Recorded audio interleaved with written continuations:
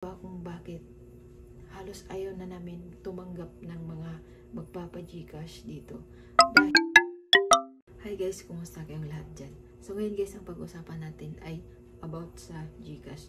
So alam naman natin siguro guys na ang Gcash ay napakakilala dito sa ating bansang Pilipinas.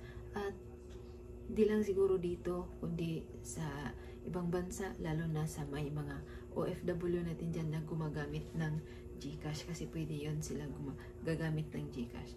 So ngayon guys, ang pag-usapan natin dito sa Gcash ay ang advantage at ang disadvantage. Kung kayo ay tumatanggap ng transaction ng Gcash, sigurado akong makakarelate kayo dito sa na-experience namin. At kung hindi nyo pa ito na-experience, pinaka-importanting malaman ninyo to para isa din to sa alert na na-experience namin dito, dahil kami ay tumatanggap ng transaction sa Gcash. So ngayon, pasalamatan muna natin ang gumawa nitong Gcash, dahil dito sa Gcash ay ang advantage dito ay napakabilis ng mga transaction natin. Halimbawa, meron tayong mga bayaran, mga kunting bayaran, mapabilis tayong magbayad. Lalong-lalo na kung may mga estudyante ka na nasa medyo malayo sa inyo at kailangan nila ng pera, mabilis lang mapadala. Hindi natin kailangan pupunta pa sa mga Imluelier, mga Palawan, para magpadala ng pera. So dati yan ang malakas, pero ngayon ito ng Gcash. So sabi nga nila, lahat ng bagay ay maayos basta gamitin sa maayos. So ngayon, ang ma-share ko sa inyo ay based lang sa na-experience namin. So kami, sobrang pasalamat kami dito sa Gcash, dahil kikita ka talaga dito sa Gcash. Malaki ang kikitain mo dito sa Gcash. Pero minsan, na-feel namin na parang nakaka-guilty, na parang ayaw na namin tumanggap ng transaction. So, alam nyo kung bakit. So, tapos na tayo sa advantage. No. Ngayon, dito naman tayo sa disadvantage. Alam nyo ba kung bakit halos ayaw na namin tumanggap ng mga magpapa-Gcash dito? Dahil yung mga pinapakash in nila ay puro laro. Puro laro yung mga pakash in nila. At ang lalaki pa ng pinapakash in nila, like mga 2,000, 3,000, at sa sugal lang yan napunta. Tapos mamaya-maya magpakash in na naman sila ulit. So sabi namin, parang hindi worth it yung transaction natin sa Gcash, kasi parang puro sugal man yung mga nagpapakash in dito. So totoo talaga, minsan sinasabi namin na wala, lalo na pag nalaman namin ay yung nagpapa-Gcash ay laging ay ginagamit nila sa laro. Tinatanggihan namin, sinasabihan namin na wala na kaming pondo. So malaki kaming kikitain doon pag laging may magpa-cash in or cash out, kasi maraming magpa-cash in dito kasi konti lang yung charge namin sa mga transaction. So yun nga, minsan tinatanggihan namin, kasi mas worth it yung tatanggap ka ba na nasa maayos na patutunguhan yung pera. Kasi sa tingin namin, kasi mas marami yung cash in kaysa cash out. Mas malaki yung cash in kaysa kina-cash out nila. Halimbawa kung manalo sila, so mag-cash in sila ng 1,000, 2,000, mga ganyan. Tapos mag-cash out lang sila ng 500, 700, ganyan. So talo ka na doon.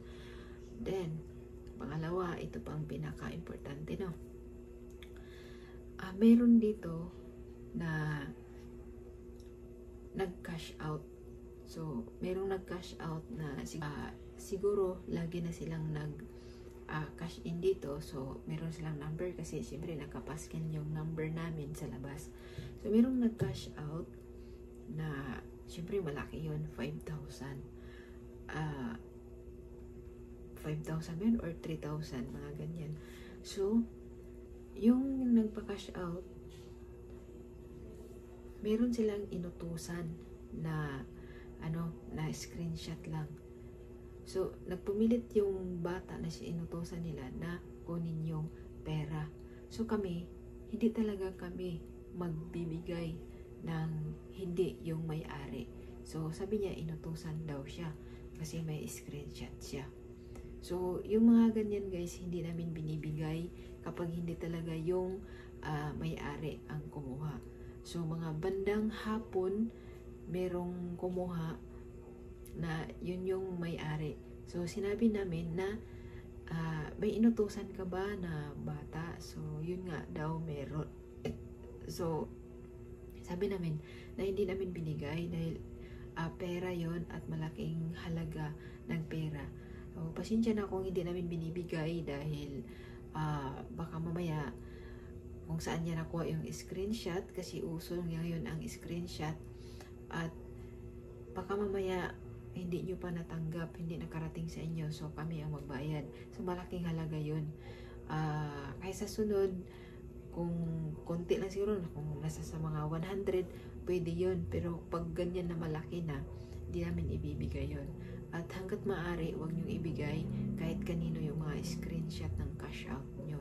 Dahil baka hindi yan makakarating sa inyo. So yun yung mga disadvantage na experience namin dito.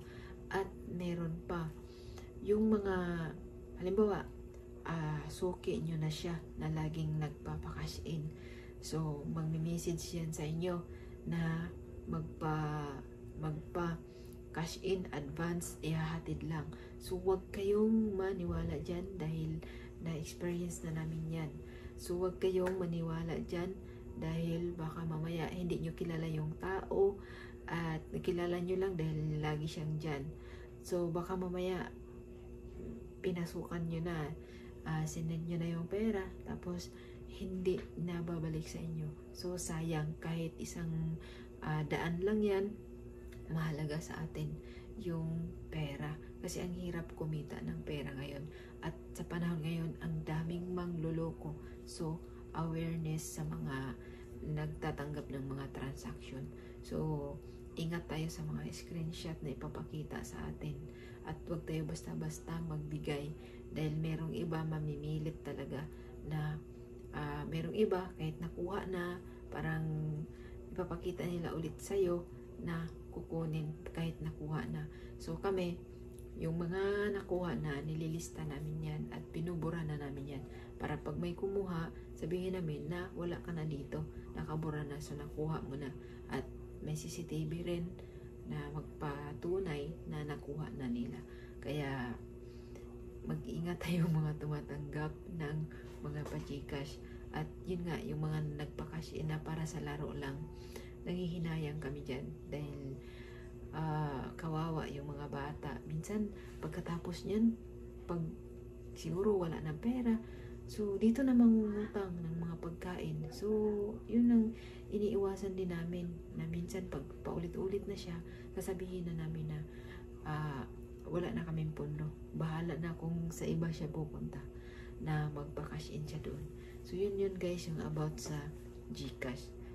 So sana ganun din tayo guys. Kung meron kayo dyan ulit-ulit na naglalaro lang, tanggihan nyo kasi kawawa naman yung pera nila, mapunta lang sa laro, no? Mapunta sa sugal. So sana matigil na yung pagpo-promote ng mga sugal, no? Kasi marami talagang nalulong dyan sa mga sugal, sa bingo, kung ano pa yung mga laro na yan. So maraming salamat at pasensya na kung napataas natin yung video natin. At sana may nakuha kayo dito sa video natin. And bye-bye!